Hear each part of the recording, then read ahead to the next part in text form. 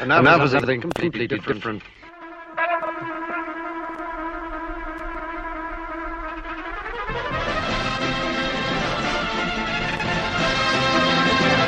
Humans do have an amazing capacity for believing what they choose.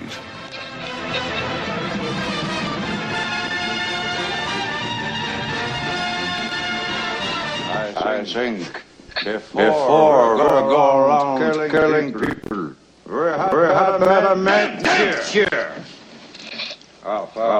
Evidence.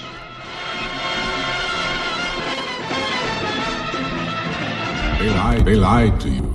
It's time to learn the truth. You can't handle the truth.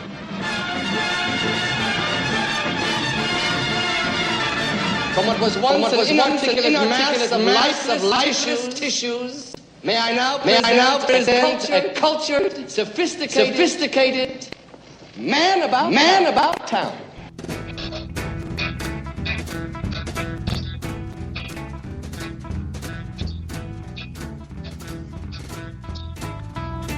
Does that begin to make you feel a little at home again, Brad?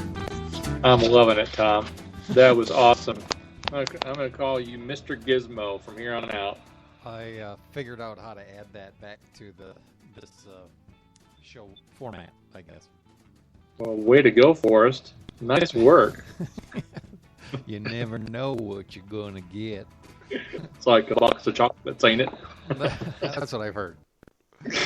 Nicely done. Well, thank you. Well, welcome everyone to the Annoying Peasant Radio Show. I guess it's that would make it Tuesday night, wouldn't it, Brad? It would make it Tuesday night, and we are breaking new technological frontiers. Holy cow. In our own little world, in our own little sandbox, Tom. That's very little sandbox. But we are both in the North Woods, but we're not in the same place. So hopefully this is going to come off and work out just swell. Yeah, well, this is technically the first show of this technology that we think we have wrapped up, but time will tell. That's right. So how are you? I am doing just fine. Just a little soggy, wet, I guess, from all the rain, but that's about it. It's like a parade, man. It rains for like a half an hour, and then it stops for like a half an hour. That's the same thing that's been happening at my house. The entire day. So, did you have a big 4th of July? Did you go out and celebrate, watch some fireworks, drink a few sodas? Did not, actually. I saw no fireworks. Just visited with family and friends, and that was it. That's cool. Yeah, mellow. Did little of that ourselves. Yeah, cool. What else is on your mind? Anything exciting in the world that you're aware of or that you want to share with us? Well, should we do the spoiler alert in case people haven't watched the soccer game from today? Oh, you want to brag about your home country? Yeah, if you are interested in world sport, shall we say? Why don't you tune away for about 30 seconds and come back? Start now, say, as Rush Limbaugh does. It was a big day for Germany, actually, today in the world of sport. Marcel Kittel won his 3rd stage of the Tour de France. That's 3 out of 4. That's not too shabby. Right. And Germany did okay in the World Cup, 7-1 over Brazil today. I think the 7 goals is like more goals than I've seen in accumulated scoring of the entire thing. I'm no World Cup fan or soccer expert. I mean, I've enjoyed watching it, but 7 goals. That's huge. That's like an NBA game. Yeah, it's getting there. It's a touchdown to an extra point. I don't know. I don't think they score it that way, Tom. Just telling you. They don't. See, I'm learning something right here on the air. See, that's why I'm here. There you go. How about what's on your mind? I had to ask you a little bit about last week's show. Do you remember last week, by the way? I do. It was a Tuesday night. I think you were a little, I don't know how the right description is, a little emotional, a little upset. I don't know what the right word is on that ruling about Hobby Lobby. Am I wrong? Yeah.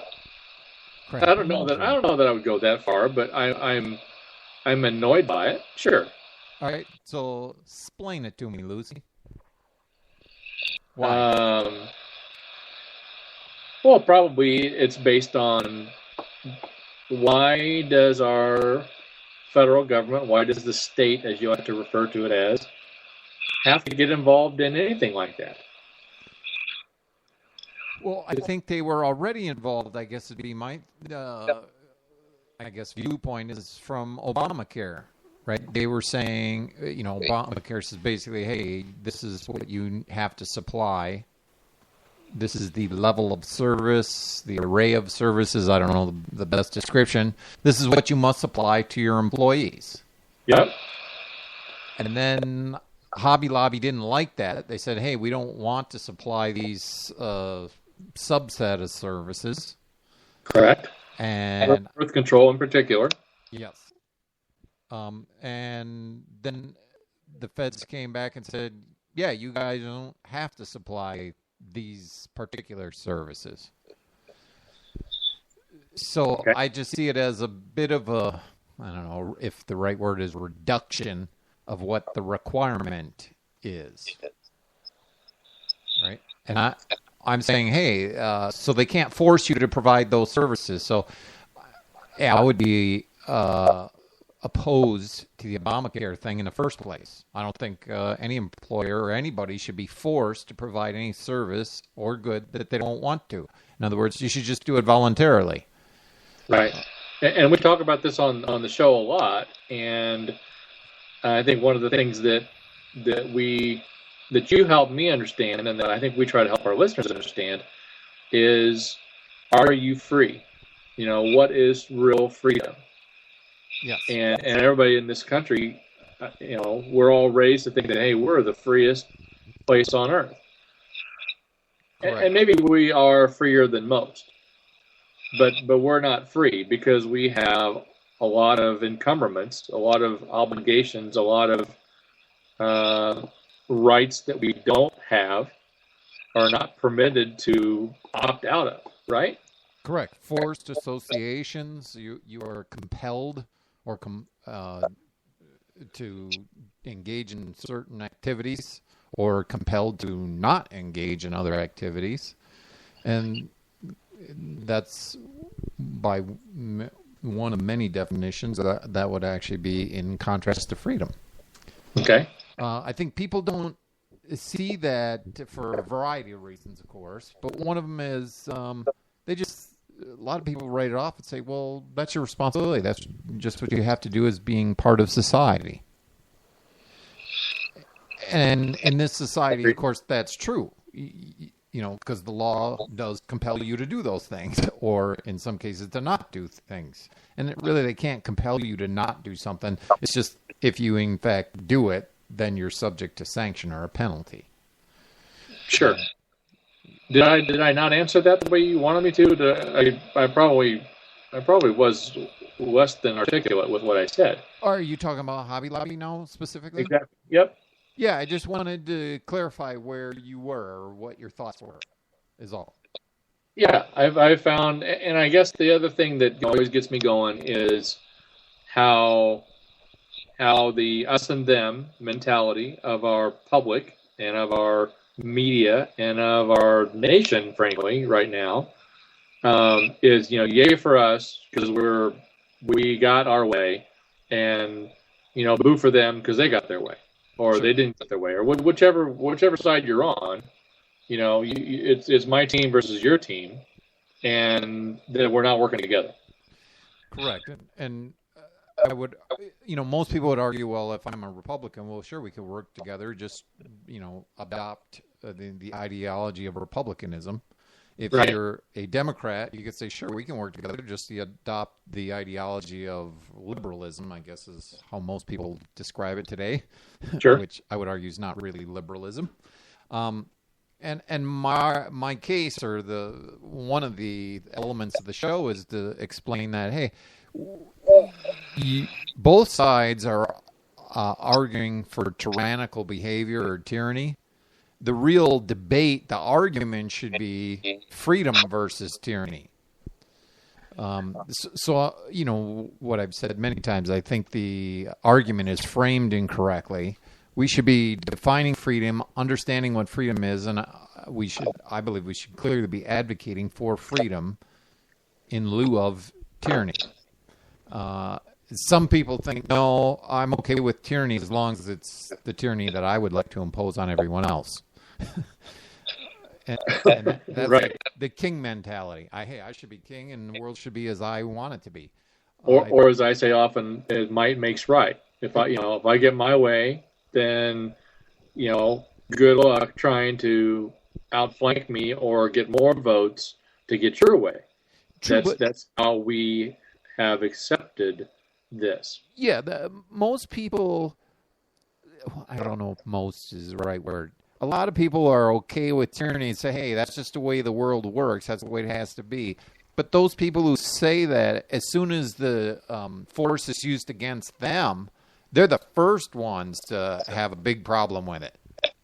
Right? And to exemplify that, it goes back to the us versus them in the Hobby Lobby case. If you're a Republican, if you're, I guess, traditionally a conservative, maybe we could go so far as to say a religious conservative, then you're like, hey, we got our way. We won that deal.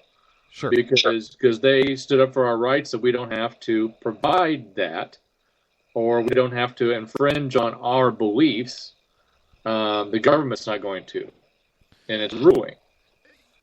That is one of the more important points for me is that, and I did not read the specific language of the decision to know, but I've read a couple of stories saying that, well, it was because of the religious beliefs of a closely held corporation, in this case Hobby Lobby, that they objected to the contraceptive part of Obamacare or the Affordable Care Act, that they could be exempted. And my trouble with that is, what's it got to do with religious beliefs? I mean, okay, in other words, they didn't say, it doesn't matter if it's an imposition or trespassing on your freedom. That doesn't matter. What matters is, this presents a conflict for the owners of Hobby Lobby with their religious beliefs, so now it's a problem. Right. And again, I argue that debate is very frequently framed incorrectly.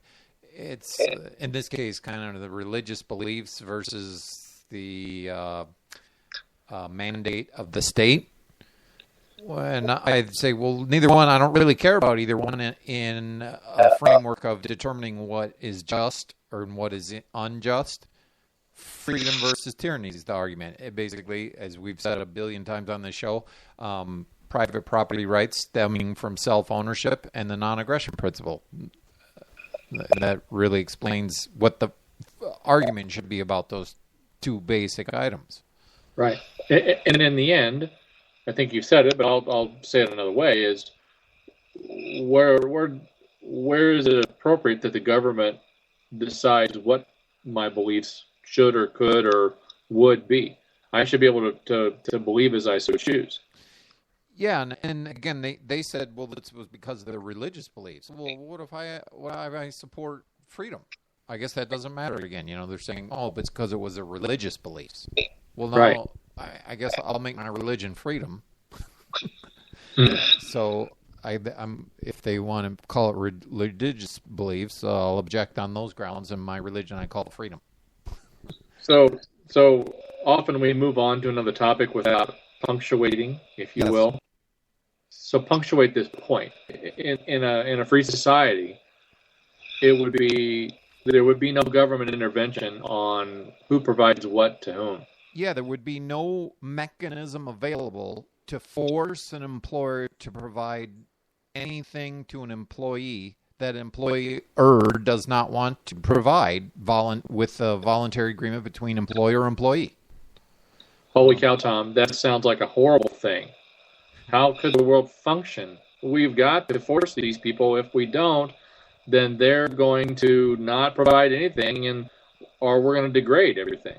That's a common view. I know you're being a little bit sarcastic, but it's No, I'm not.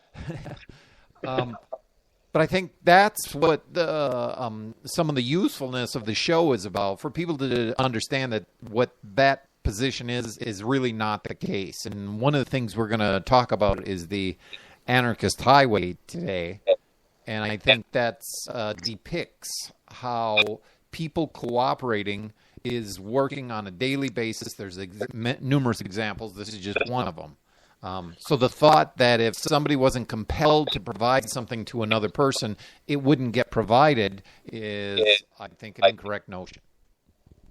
Okay. That's how I wrap that up. How's that? That's good. That's good. If you guys have any questions that are listening, hit us up on our Facebook page. Let's do some shameless self-promoting here for a second. Yes. You can visit the Annoying Peasant Radio Show or Annoying Peasant Radio Show, on Facebook.com. Your blog is knowingpeasantradio.wordpress.com. There you go. And let's even be more selfish promoting, whichever you want to call it. We're going to be at an event here in a couple weeks, right? Yes, we're going to be at AgriFest. Ooh, I believe it's, I may be mispronouncing that. This is in the town of, I believe it's Frontenac, Minnesota. Mm-hmm. And AgriFest goes on August 22nd to 24th. And go to Facebook and search for AgriFest, and you can find it. And you can learn all about it. For those that are not familiar with that word, how do you spell AgriFest? AGORA Fest. Perfect. Thank you. I know it, but I was testing you, seeing if you were up on your spelling today, Tom. How'd I do? Fantastic. Sweet. But check us out. We're very pleased. Check that out, brother. We're very pleased to be invited, and we're going to go make the best of it and do a live show there sometime. We'll let you know. Yeah, we'll give you the specific time that we'll be there, but it should be a ball because Nick Ludwig and those guys are a lot of fun. They're very interesting. They're very knowledgeable. They're going to add a lot to our airing when we're there. So please tune in. It'll be good. Absolutely. And we should thank also Bill Zan from this network for help with his technical stuff, right? freedomtalkradio.net. Exactly. Thank you, Bill. That very kind of you to help us out. Many thanks, as always. And for yep, absolutely. What else is? Oh, I wanted to mention. Did you see that our fearless leader requested $4 billion here? Where is that? I have that story somewhere. Yep, I saw it. Fearless leader being our president. El Presidente. That's funny in a couple ways because of the border, but never mind. You caught that, did you? I did. I just wanted to. Where is this? Oh, this story, which is I think from the Examiner. Let me go up here and. Oh, it's on CNN too. It's on most. If you haven't had your head in the sand today or been watching any news, it's about emergency immigration funding. The headline on CNN is Obama seeks emergency immigration funds, comma, you'll like this one, Tom, more authority. Get out. He wants more authority? Can you imagine? All right. I don't know what to say now. I think the show's kind of ruined. So without taking our whole show back on some of the principles of borders and immigrations and so forth, give me your take on this. Or maybe we'll go there anyway, but let's try to be brief. This whole idea of border protection within the context of the state is a dicey issue politically, of course. Every president or potential president or candidate for president, he doesn't want to he wants to alienate as few people as possible. So you have to weigh as a candidate, hey, do you come out and say, I'm for sealing off the border because that gets you X million votes of people who are already in the states. Mm-hmm. On the other hand, it loses you Y million votes because these people may have recently come from across that southern border, or they may have relatives that want to come, or friends, etc., right? Right. So any candidate or sitting president is going to weigh this politically, and it appears over the last, I don't know how many, 20 plus years, it's been unpopular to take decisive action, essentially, I don't know, closing off strongly, protecting the border, stopping people from coming over the southern border from Mexico to the United States. And as long as it's politically unpopular, it likely either won't get done, or if it ever does get done, it will take an awfully long time, and a whole lot of money will be wasted in the process. And just so that we are equal opportunity bashers here, Yes. It's 20 years spans both parties' administrations, for sure. Yes. And so I think that's the point. Nobody wants to take a stand and open borders, those against, vice versa. Correct. It's simply for a politician or a candidate to be a politician. I guess a candidate to holding office. It's a political game. I mean, shocker here, for a politician, it's a political game. So they won't do things that are not politically expedient, and they will do things that are politically expedient. So that's why, in a lot of cases, things don't get done, or they get done massively and efficiently, or if they even do get done, they may be saying one thing and doing the other, because they don't want to, of course, have a net loss of voters. Sure. And I think some people are, you hear this all the time. People say, well, this one isn't political for the president. He's going to go out and do what's right. They're putting political differences aside. They're going to do what's best for the country. That doesn't happen. You cannot expect a politician to do something that's not politically expedient. The incentive simply is not there for them to do that. That's one of the many reasons why I would argue that the system is broken, and it not only does not work, it cannot work. Okay. But of course, part of this article I'm citing in the Examiner, examiner.com. I just wanted to... It's on our Facebook page, I believe. You listed the article. I did? Okay. That there's political opponents in this article quoted, of course, they're making political hay out of this, that saying Obama hasn't done enough, so that's why we have this problem. In other words, had Obama, his administration, taken care of putting up, first it was a real wall. It was going to be really tall. Then there was going to be smaller for all the reasons I don't understand totally. One is, I'm sure, cost. And then the next thing is they decided, hey, let's try for a virtual wall and use electronic surveillance, etc. Yep. And then eventually, apparently, that even got canceled. So they're saying if we would have spent the money on those things, it would have been a lot less money than what we're spending now. Those are the fellows wanting to make political hay, like any politician would. That's what I would expect. Okay. So that's part of what this article was about. Other than the political angles, they were pointing out the financial angle that, hey, if we would have spent, what was it? How does it go? Penny wise, dollar dumb, pound foolish. Yeah, I call it dollar dumb because we're in dollars, not pounds here. Yep, sure. So that's what part of this was, and I thought it was interesting. And it's a little difficult to discuss this kind of stuff because, for an anarchist, the mechanism of the state wouldn't even exist. So I'm talking about, well, the state isn't doing something that it was supposed to do, which is a little like, hey, I would argue the state shouldn't exist, so it shouldn't even be doing anything. It wouldn't be screwing anything up. Okay. So are you taking a position on illegal immigrants? Are you taking a position on monitoring that? This is actually a good topic for libertarians because there is a fair amount, I think, of, I would call it misunderstanding on the topic. Many of them are on the side of, hey, well, if you're for a free society, the border should be open. Anybody come over that wants to.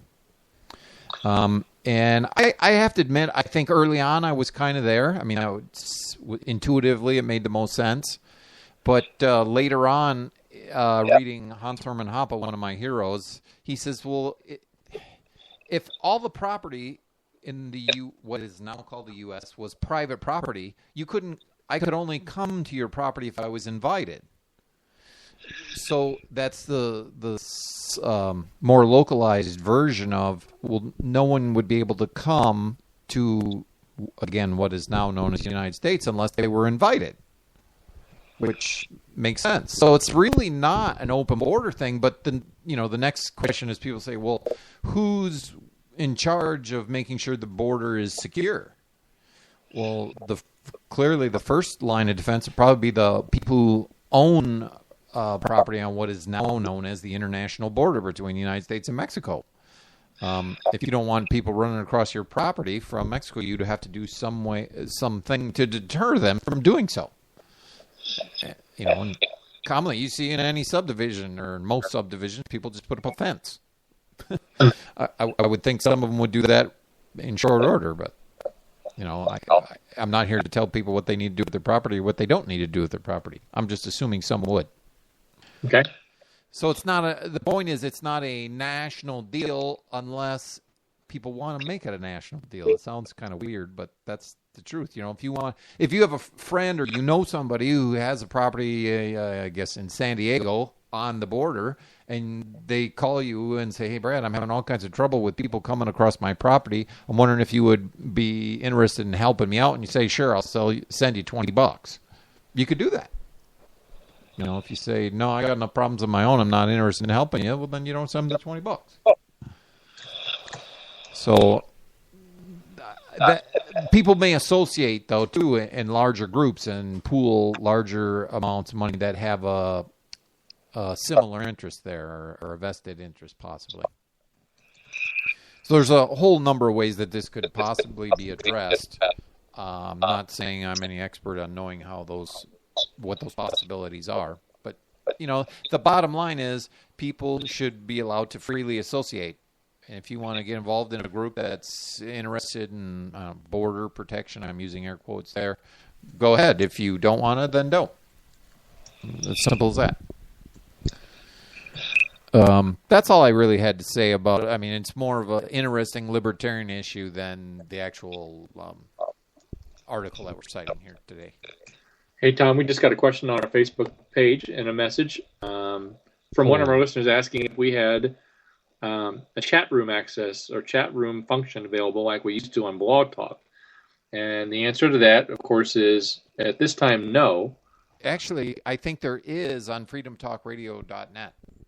Okay. Tanya's the expert there because obviously I'm not in the chat room when I'm doing the show, but I believe it is. If you go to freedomtalkradio.net, there's a pull-down menu that's entitled Hosts and Shows, and then I think it's subcategorized by day, and under Tuesday, of course, you'll find Knowing Peasant Radio. If you go to that page, I think it's either there or there's a way to launch the chat to get in. Okay, cool. See, now I'm learning something. So get in there and see if you can figure that out. And if so, maybe we ought to be getting with it and trying to follow that among all the other things that we do to do a show. Absolutely. Got to get on that. It was always fun the last time around with a lot of active discussions. And so in the end, thank you for listening. Absolutely. That's fantastic. You're just getting over this hurdle of hopefully getting the Skype technology to work. That's obviously the chat room is the next thing that we could really get involved with because I thought that was actually one of the best features of Blog Talk Radio. Mm-hmm. And one of the more reliable features. Absolutely, for Blog Talk. Exactly. So again, thanks for listening. Thanks for your question.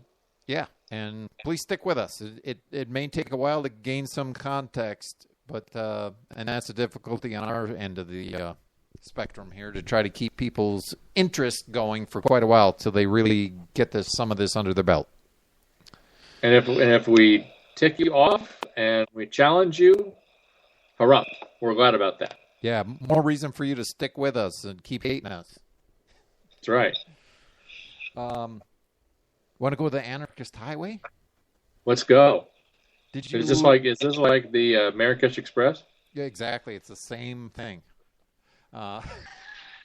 Did you get a chance to read this article? Is my question first. I did. Yes, sir, I did. Okay, I thought it was pretty cool because I had a laugh about a couple parts of it. That of course, one of the things, the running jokes that we have among us is, in a free society without, mandated taxes, what would happen? How would we ever have roads? Who would build the roads? Who would build the roads? Love the title of this article. Absolutely. This one, by the way, is dated July 4th of this year, and it was by Joshua Bennett, and the official title is Anarchist Highway. And, of course, he starts the article with basically saying, hey, I have these discussions, and people, basically say, well, essentially, how would it work? And then, as Brad had mentioned, people get to, well, how would we do roads? And so he comes up with this, well, here's an example, essentially, of anarchy in practice currently. Is it a perfect example? No. But it's much closer than what we normally experience. And just to go through very quickly, there's a highway built in, I don't know if it's actually built in 74, but it's certainly, according to this article, financed in 74. And it was financed by the state, I believe, of Alaska, and a number of different oil companies. Financed by them and apparently built by, and I may be mispronouncing this, is Alyeska Pipeline. Good enough. Okay. And that was done in 74. And apparently the state was maintaining the road. And when I say road, it's a little... Apparently was mostly gravel, was a road surface, and when the state was maintaining it, there was apparently a 150-mile stretch of the road that was so bad that like 15 miles an hour was essentially too fast to travel. Apparently couldn't maintain control of your vehicle well with how poor the condition of the road was. And to be specific, this is a road that goes, I'm not sure from where, but all the way up to I think the northern part of Alaska, and its biggest purpose and users are the oil companies and oil trucks and supply trucks. Right? Yes, suppliers and employees is what it sounds like to me. Yeah. Okay. Apparently, the state during this time was lobbying heavily or trying to get funding to proper or better maintain the road. And as it turns out, there was a trucker. I think it was a trucker. He jumped into a state road grader. He did a little road maintenance on his own. He apparently graded like 30 miles of the road. I mean, I assume that grader doesn't go too fast, so it took him a fair amount of time to do 30 miles. But apparently it was became a fantastic piece of the road. But apparently the state was kind of miffed because, first of all, they wanted to gain the identity of the trucker who did the grading. And apparently no one ever divulged that. Sure. But also they were a little embarrassed because they were trying to get money to do this. And here a guy just basically hopped out of his truck, goes into a grader, and just gets it done. No worries. I'll take care of it myself. Exactly. Quit, squabbling about it, just get it over with. And the guy did it. So from there on out, there's very little, there apparently were for many years. I believe it still exists, but there was very few troopers on the road. The state wasn't really monitoring the road.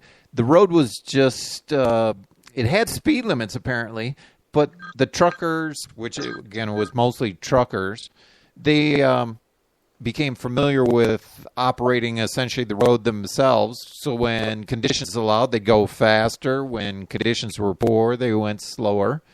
And apparently one main part of the etiquette between truckers is when you come in opposition to another truck, they both slowed down so they wouldn't throw up rocks and, of course, damage windshield and more on the trucks you were passing by. And I think, actually, in some places, take them off the road. Yes. I think there's probably an element of buffeting with wind, when two big trucks pass each other. And again, in less than ideal conditions, I assume it could put you off the road. Okay. So apparently this etiquette had developed completely on its own, without a state, without an authority over the top saying this is what you'll have to do. And even when a few truckers wouldn't abide by this etiquette, the truckers would communicate with each other and say, hey, next time this guy comes by, don't slow down, and let him know what he's doing, because he's not slowing down.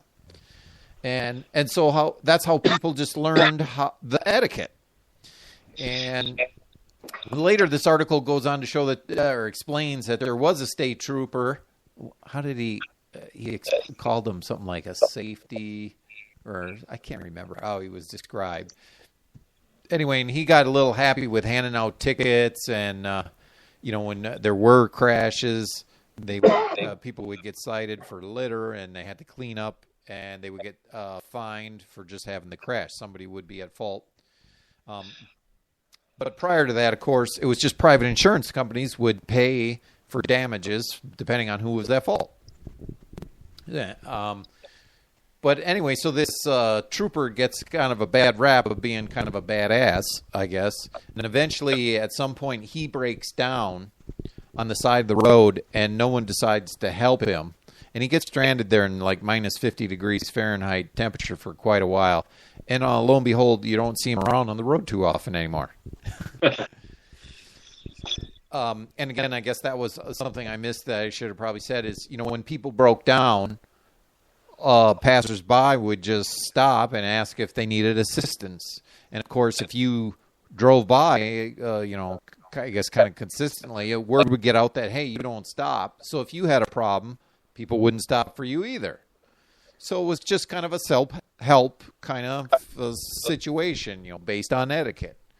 And of course, since this officer did not help people very frequently, I guess, and he was also handing out tickets and stuff, he got a little taste of his own medicine, didn't like it, and apparently was, not monitoring the road so closely and handing out tickets anymore.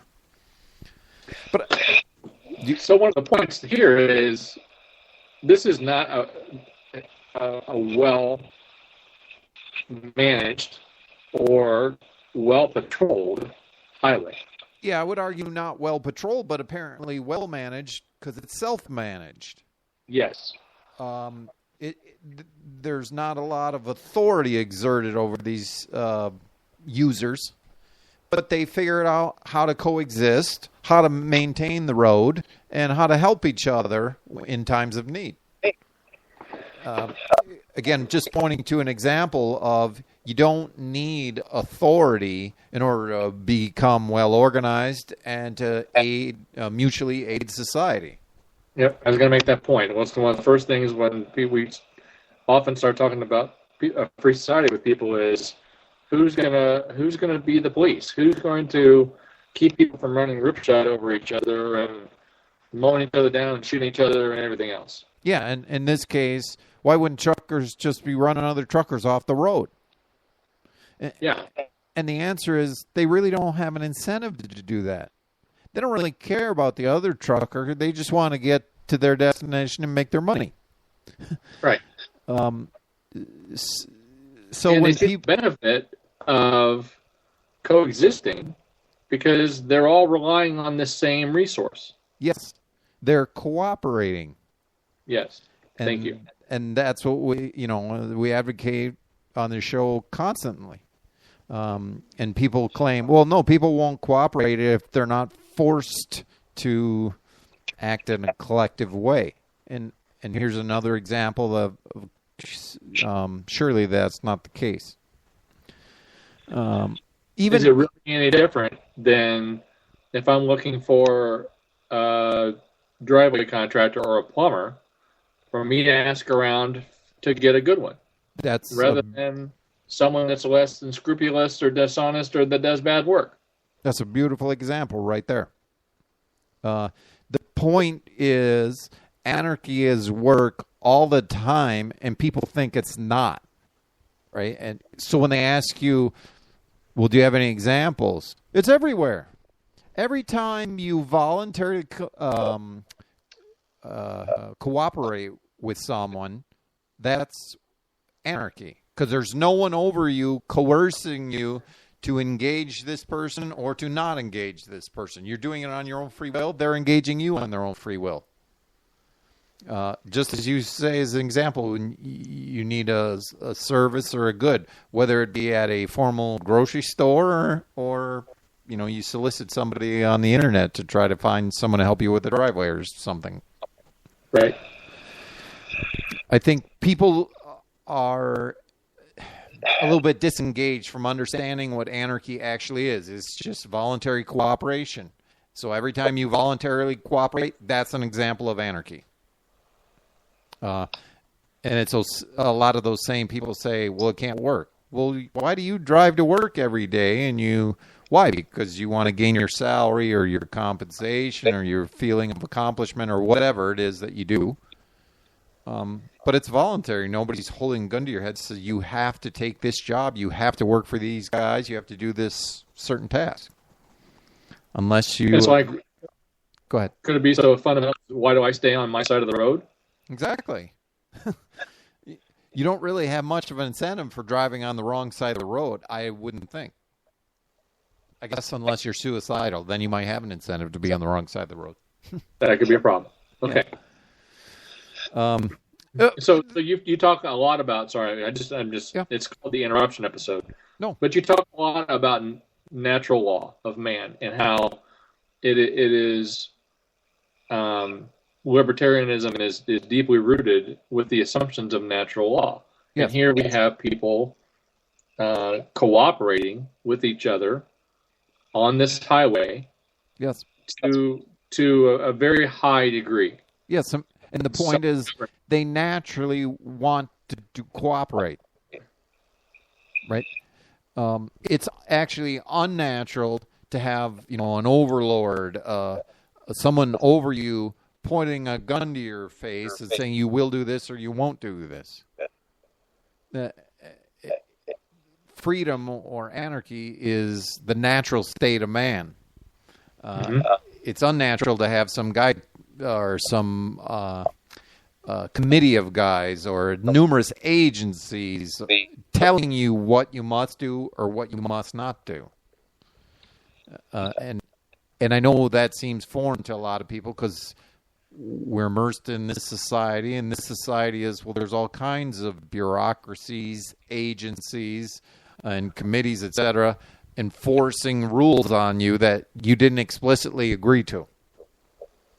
And again, it's written off, as we talked earlier in the show already, that, well, that's just the way it is. That's your obligation to society. Well, it is now because they made it your obligation. But you really, in a free society, you only have the obligation that you explicitly agree to. Mm-hmm. If you think about it, how can I be bound to the Constitution when I never agreed to it? I didn't sign it. And think about it. Oh, I don't even know. How many signers were there? Like 20 or 50 or something? Why would that bind anyone else to the Constitution other than those particular individuals that signed it? It seems crazy. But people readily accept that as, well, that's the way it is.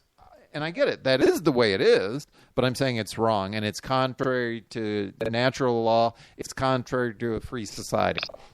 Okay, let's get back on the highway. Back on the highway. Well, the next part is, okay, so when a lot of these suppliers, truckers, employees, they reach their destination at these oil fields, there's a gate there in a lot of these private properties.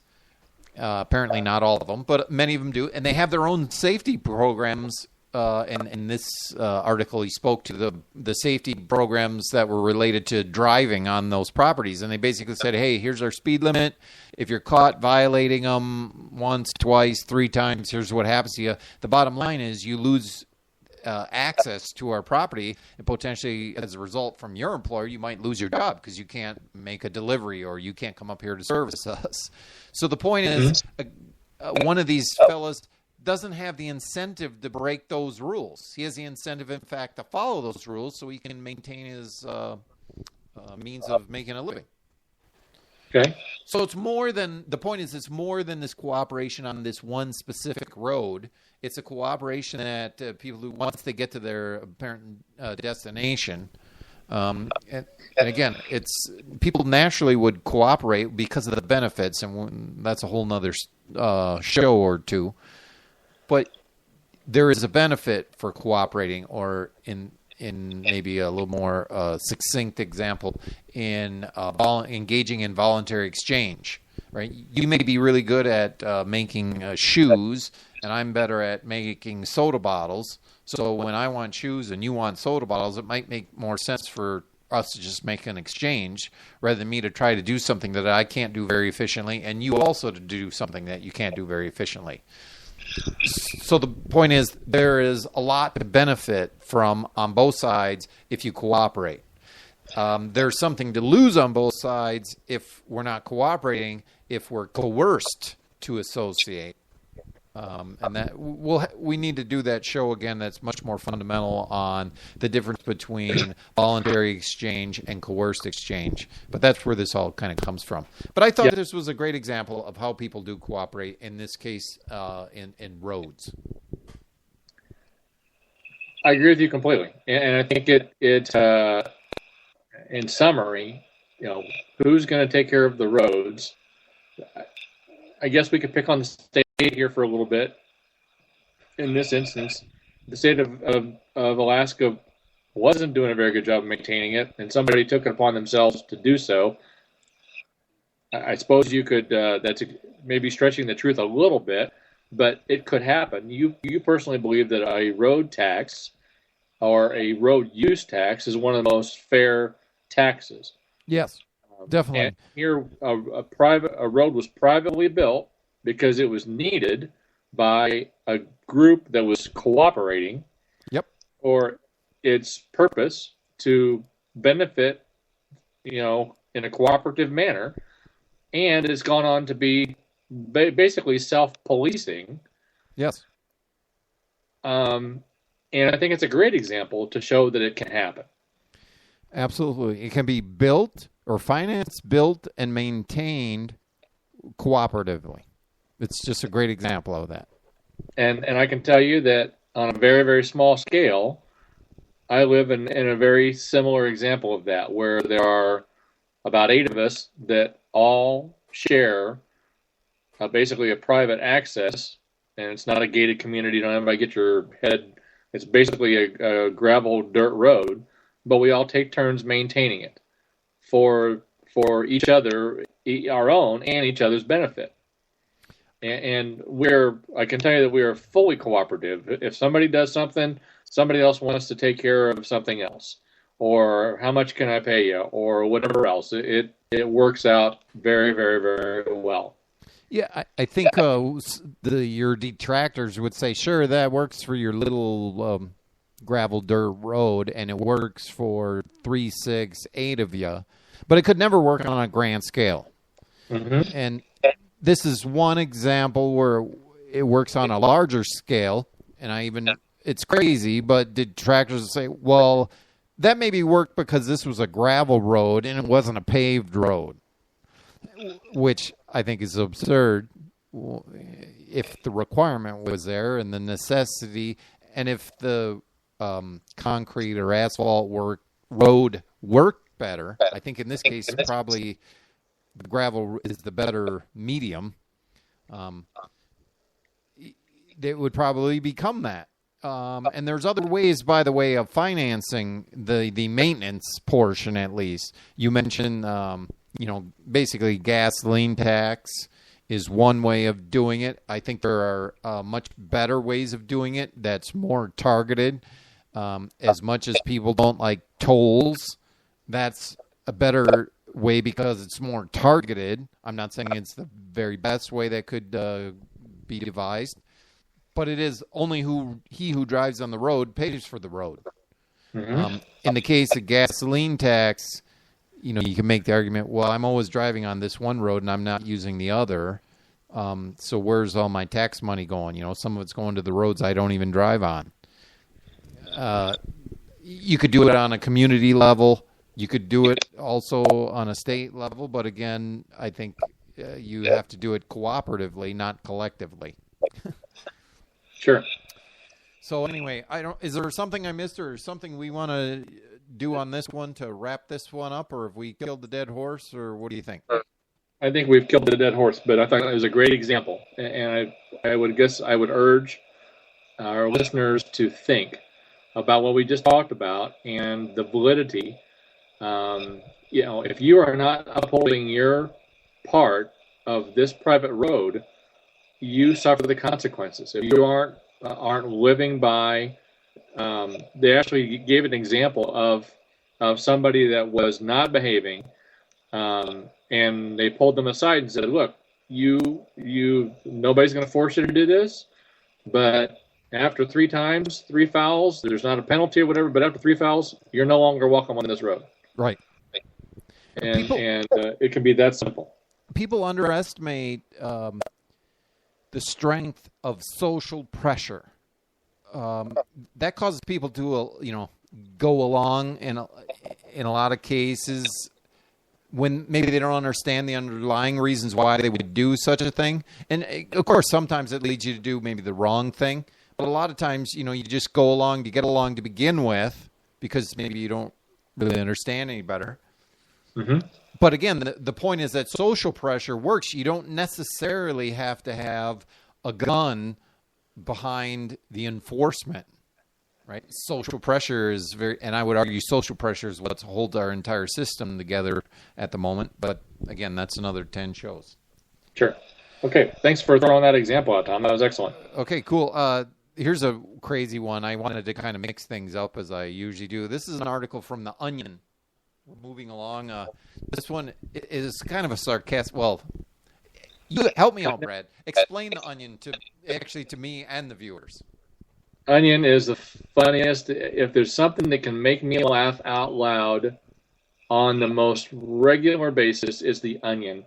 And so a perfect example of it today with all I'm not answering your questions. It is purely satirical, sarcastic, far-fetched stories. I think it was actually founded in Madison, Wisconsin, was it not? Oh, I believe that's true. As a local, maybe UW-Madison newspaper or something like that out of a college town, but now it's a huge entity, and it is laugh out loud funny. Often shows tremendously poor taste, and great absurdity. Sorry about that. That's my phone. I don't know how to make it quiet. Was it today? One of the headlines was, with all the hoopla going on with free agency in the NBA, they came out and said that that LeBron James was rumored to be joining the Al Qaeda. Oh, there you go. It's just hilarious stuff. It doesn't tiptoe. It doesn't tiptoe on the line. Good grief! It runs right over it. Yeah. So, what's this one, Tom? This one is entitled "Humanity Surprised." Well, listen to the title here. Humanity Surprised. It still isn't figured out. Better alternative to letting power-hungry assholes decide everything. And shall we say satirical? Absolutely. It's a interesting article. Again, as you point out, satirical, sarcastic, sometimes just outright outrageous. Yep. Well, this one I thought actually drives home a point that's pertinent to our show. How people don't really think about what's happening, and it's the system to them is traditional because ever since I was born, it was like this. So this is the way it's supposed to be. Many people think that way. And I think this article, it takes you in a step, of course, to go, well, think about this for a second. And I think that's one of the large points. I want to read just a little bit of this because I think it's funny. But again, it drives home a point. I think it's a couple lines here. So we've all seen that this system leads to, so you'd think that by now, someone somewhere would have sat down and thought up another way to keep our societies functioning without giving all the power to arrogant, amoral dicks whose only concern is improving their own status, said some software designer. I think he may be a fictitious character for all I know. So, Everybody yes. dislikes the people in charge. Everybody knows they're only serving their own personal agendas at the expense of everyone else, but we just keep allowing these jerks to make our decisions time and time again. And it's not just here. It's everywhere in the world. And I wholeheartedly agree with that statement. I mean, again, we talked about this earlier. Politicians will only do what's politically expedient. There's really no connection or very little connection to, what better society. Because they're not out to better society. They're out to better themselves, like every self-interested person is. So I thought it was a good one. He says, again, maybe this character is fictitious. He says, boy, maybe we shouldn't do that anymore. Anyone have any better ideas? And, of course, as soon as I saw that question, yes, I do have a better idea. It's called anarchy. Hello. He says, speaking with reporters, citizens across the planet unanimously expressed their bafflement at the consistency with which they either formally or informally select corrupt and self-obsessed sacks of shit for leadership roles in all facets of life, including positions atop corporate boards, judicial and legislative bodies, religious institutions, parent-teacher associations, the military, intramural softball teams, and international and national professional associations, as well as groups of friends deciding where to eat. So the comment I would make with this is, think about what's called. I'm going to call myself a common man, which I'm not even that. But what do I have in common with the lawmakers that are often the billionaires and those that are interested in holding public office? Not always billionaires, but I'm going to stereotype for a second. Right. And what are they in contact with the reality that I know, and vice versa? I would argue they certainly aren't. Well, unless you're a billionaire and you're not exposing that here on the show tonight. Is that what we're getting at here? As far as you know, Tom, I'm not. Oh, okay. Obviously, they live a totally different lifestyle. They're in a lifestyle of extravagance and nothing but, living on a king's ransom. And we're not saying yay for them for their accomplishments. We're saying more because we believe in earning your way there and the right to do so. And if they've indeed done so, we're not taking that away from them. But we are against those that want to use our system for their own personal gain. Exactly. And the way to make sure that doesn't happen is dismantle the system. That way nobody can take an advantage of a part of the system to use it against another. And as radical as that sounds, and as hard as that has been for me to conceive of, if you listen to what we talk about, there is no containing the state. There is no, minimizing the power and the authority of the state, because eventually some step in there is going to violate someone else's property rights. Bingo, gold star for the day right there, Brad. Ring the bell. Ding. Yeah, where's those sound effects? Darn it. No, the natural tendency of the state is to grow. And to deny that is just to deny reality. And as this, you can see, I think most people would agree that the reach of the state is tremendously larger today than it was, how many years ago? 2014 versus 1776. I can't remember which anniversary it was. Most people believe that it was ever intended. Yes. And, the few people who I would maybe have less of a problem with it would say, well, it needed to because times changed. Well, in principle, times don't change. And you say, well, there's groups of people that certainly do need assistance. And I would say, I don't know enough to deny that. I think some people know things that are unknowable. But, okay, even if there are people who need assistance, and surely there is some number who are deserving and are in need, wouldn't people come to their assistance? Right? Nobody is genuinely, well, I shouldn't say nobody, but using the state, no one is genuinely helping another. They're forced to do so. Right? If you don't pay your taxes that go to foreign aid to Uganda, you go to jail, right? Or you're subject to a greater financial penalty if you contest it on long enough, right? You go to jail. I would argue that's not a virtuous act. All you're doing is trying to keep yourself out of jail. But if you did have a connection to Uganda and you sent money on your own or helped them in some way, you went over there with your own time, you helped somebody build a machine here that gets sent over there to help them, that's a virtuous act. But what is being done now is not virtuous. And many gentlemen have written that that's how you turn a virtuous act into a non-virtuous act is compel that same act. In other words, hold a gun to somebody's head and say, you have to do this now. That's a great way to destroy a virtuous act.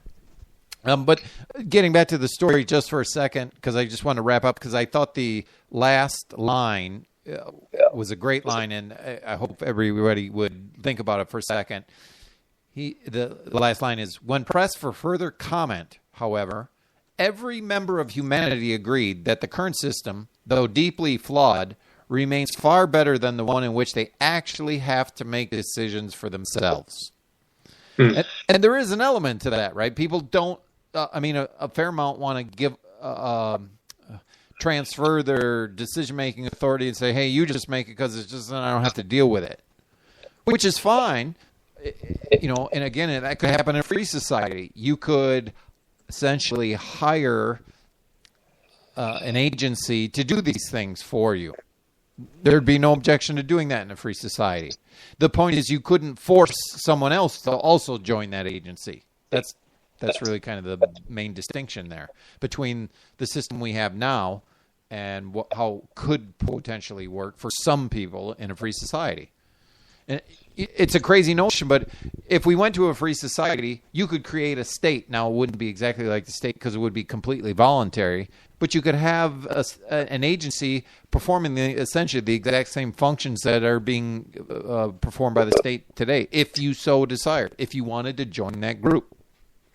Yeah, and we've talked about this on a lot of different shows, but if you had, and it would take reams and reams and boxes of paper sent to each taxpayer instead, just like you get at a restaurant, a completely a la carte meal where you paid for probably from your silverware all the way down through, the coffee cup that you get after your meal and every item in between, like your tax bill. Would you want to pay for all of those programs?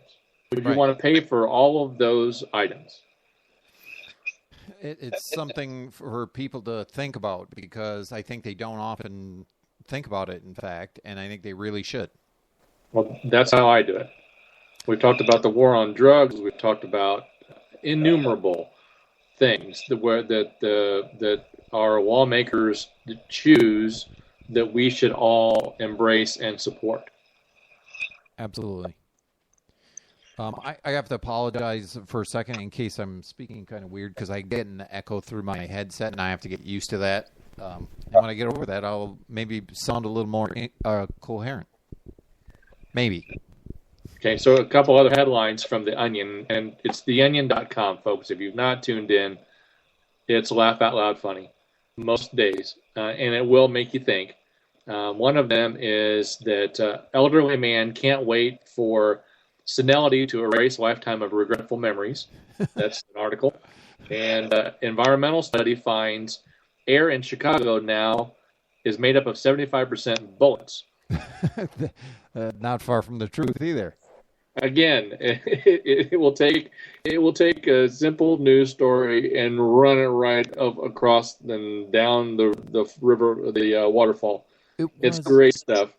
I believe it was over the 4th of July weekend, and I can't tell you exact time frame, but I believe it was like 43 people were killed in Chicago. An incredible number. Yeah, just unbelievable. Yeah.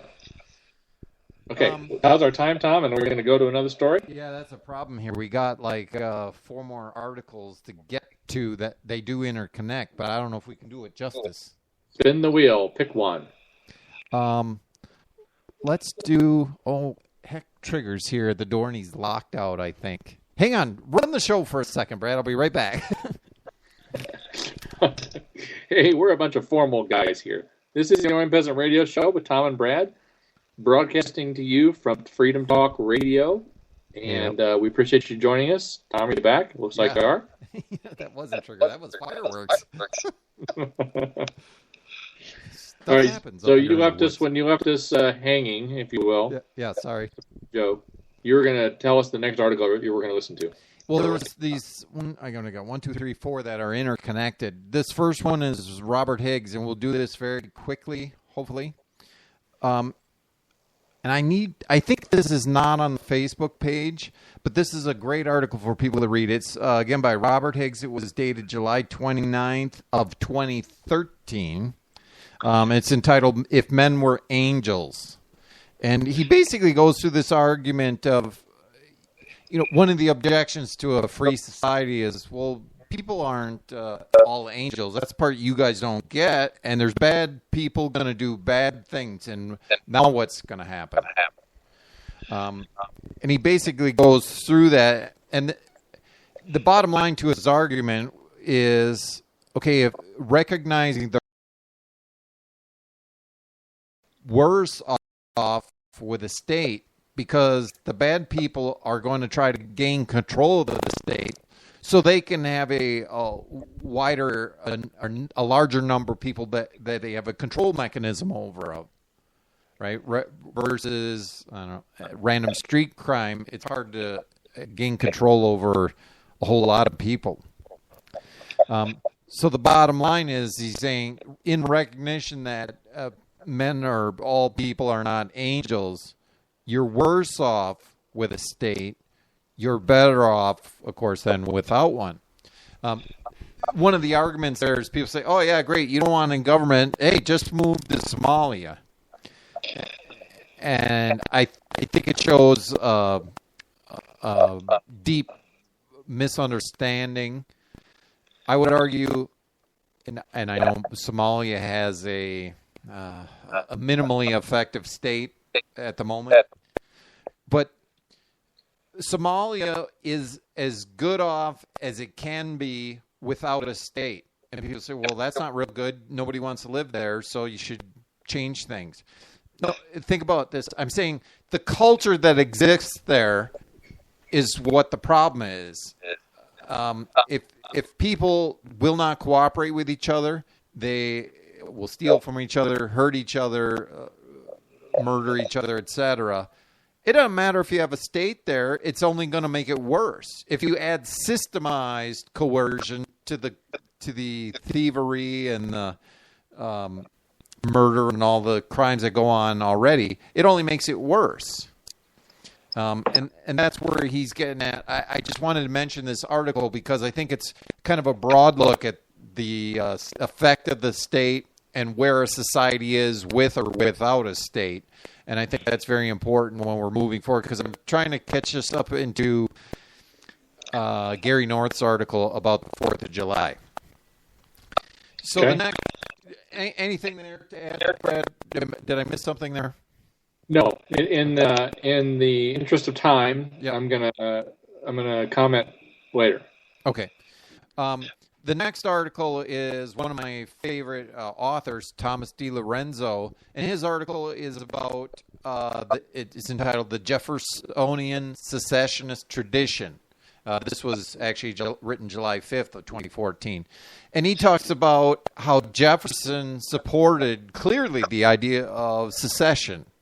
I'll give you one of his quotes that DiLorenzo put in his article from Jefferson. He says, "If there be any among us who would wish to dissolve this union or to change its republican form, Let them stand undisturbed as monuments of the safety with which error of opinion may be tolerated where reason is left to combat it.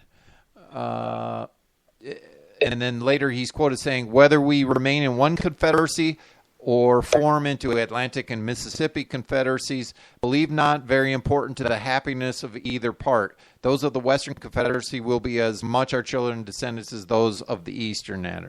Okay, so he's saying the bottom line is, as long as you're better off, if you believe you're better off being part of the Union, stay in the Union. If you believe you're better off not being part of the Union, then you ought to secede, and you have the total right to do so. He talked about Jefferson and a couple other his people in history that also supported secessionism, and then he contrasts that with Abraham Lincoln, which he actually, I would argue, he's probably a specialist in understanding Lincoln, and Lincoln was what was it? The quote is, the sole purpose of the war was to preserve the Union. So Lincoln did not obviously support secessionism. In other words, you cannot secede. It's not a voluntary association of states, as Jefferson had laid out earlier. And I'll just get to the meat of this article. This is his last paragraph. I'll go through it quickly. He said all of these northern state editorial... Oh, there's a bunch of editorials. This is what I wanted to read for you, to one of them.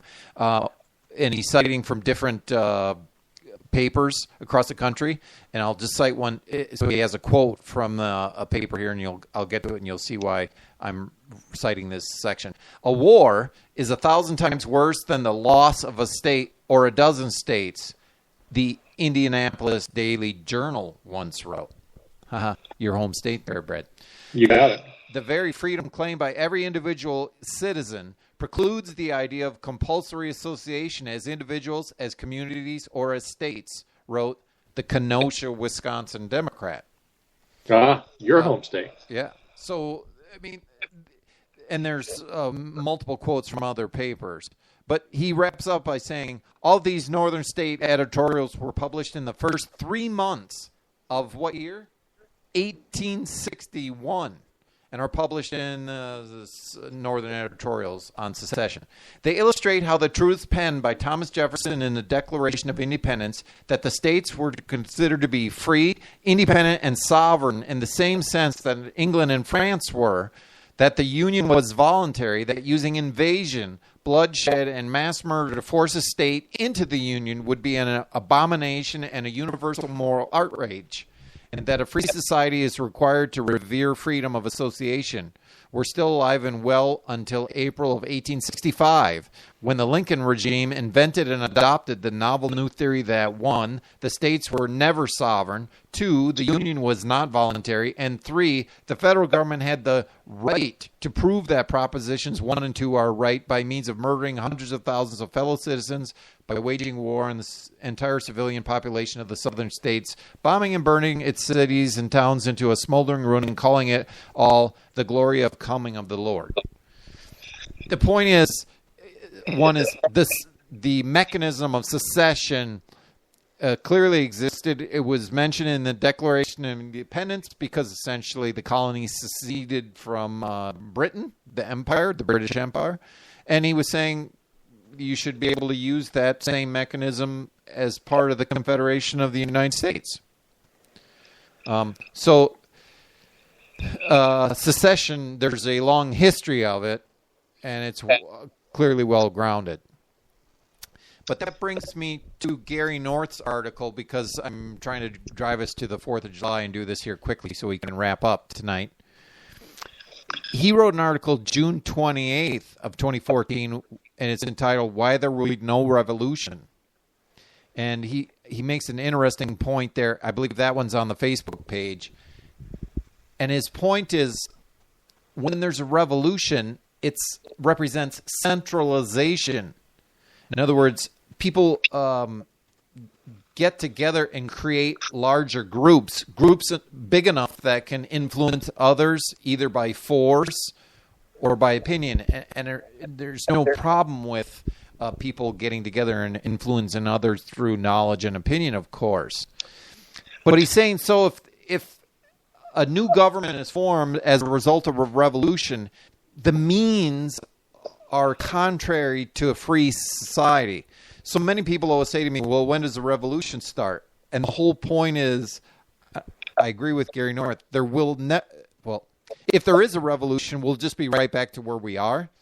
The way to gain a free society is not by revolution. And then people say, well, how is it ever going to happen? And I think, let me see this last article. Oh, this last one is Gary Norris about why he doesn't celebrate the 4th of July. And the bottom line is because he says this represented centralization, not decentralization. And I agree with him. So how is a free society ever going to come about if there's no revolution? I believe it'll happen, of course, not exactly like the model of Rome, but someone like the model of Rome. And that is, the state will essentially decay, and it will be unable to enforce its will. It will become less effective at doing that. And entrepreneurs will, from economic motivation, they will move to areas that the state has difficulty exerting its authority over. So the state will become less and less relevant and less able to exert its authority. So I believe it will just dissolve and go away. In other words, it'll atrophy. It won't be a situation, at least one to gain freedom, through a revolution and the state will get torn down actively. It'll just dissolve on its own is the way I think a free society will come about. And I think that's what Gary North is getting to. And I thought this important because, again, most people see this as, oh, so you're advocating some, well, first of all, they think you're advocating for a violent revolution. And, of course, that would be contrary to the pillars of freedom. Only the use of defensive force is sanctioned. And so they see this violent, and then they say, well, maybe a non-violent revolution. And again, I just see it as a dissolution of the state. It'll just decay under its own weight. It'll be unable to keep up with the changes in society and to continue to exert its authority. So it'll just be outdated, if you will, at some point, and it'll go away. And I think that's just an interesting thought. I think a lot of people can't envision that or haven't. And I just wanted to bring that up. Well, a couple comments. You've always advocated for a peaceful transition or a peaceful dissolution of the state, never taking up arms. And two, you said something about celebrating the 4th of July that is, I think a lot of people would view as very un-American, anti-patriotic, right? However you want to put it. Please listen to the context of how you used the 4th of July and what went behind that statement. And again, that's not something that is easy to take the first time around. I, took those as feuding words when I heard you say it the first time too, saying, wow, well, you're insulting and you're condemning all that we believe about this country, and that's not really what you were saying. You might be saying it, but that's not what I think what you meant to say. Yeah, I want to. I'll speak to that maybe a little more directly if I'm only because I'm attempting to speak to it directly. You may argue that I didn't get quite there, but most people, I think, celebrate on the 4th of July. They largely celebrate the state, the victories of the wars of the state. They do in associated the soldiers that fought in those wars. I think that's the primary focus. And, of course, the founding of the country, not to be lost in the argument.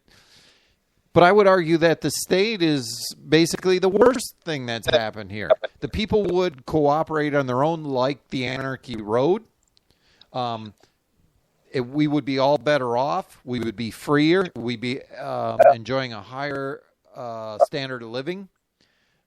And again, I agree that people see that as very offensive when you essentially don't pay homage to the state like every other or most people do. Mm-hmm. I think it's difficult for those people to swallow. It was difficult for me the first time when I said, "Oh, these guys are going too far."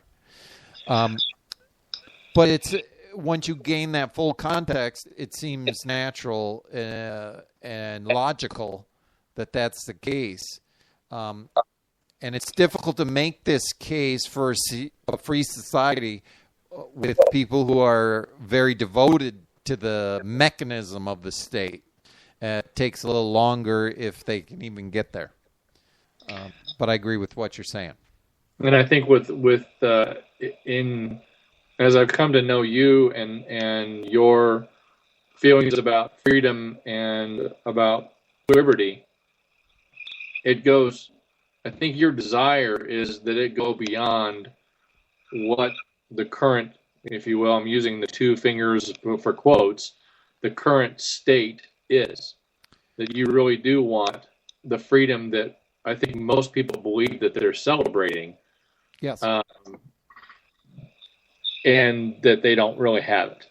Yes, I think they celebrate it in rhetoric, but they don't celebrate in actuality because, as you aptly pointed out, we don't have that freedom. But the show is about educating people as to what that freedom is, what freedom really is, and maybe ways for us to begin to get there. Okay. I just want to make sure that people are, again, so many things about the principles of liberty and the things that you espouse and we try to teach cannot stand alone. They have to stand together. Absolutely. Perfect example of that. That it is. Oh, my ears are ringing. Whiskey on the Mississippi. Is it time to go? It's overtime to go. But thanks, everybody, for joining us. This has been another exciting episode of the Annoying Peasant Radio Show. I guess I'll throw it to you, Brad, let you wrap it up. For me, I'll see you next week. I think you've done it perfectly. Thanks, everybody, for listening. Look forward to seeing you then. Good night, everybody.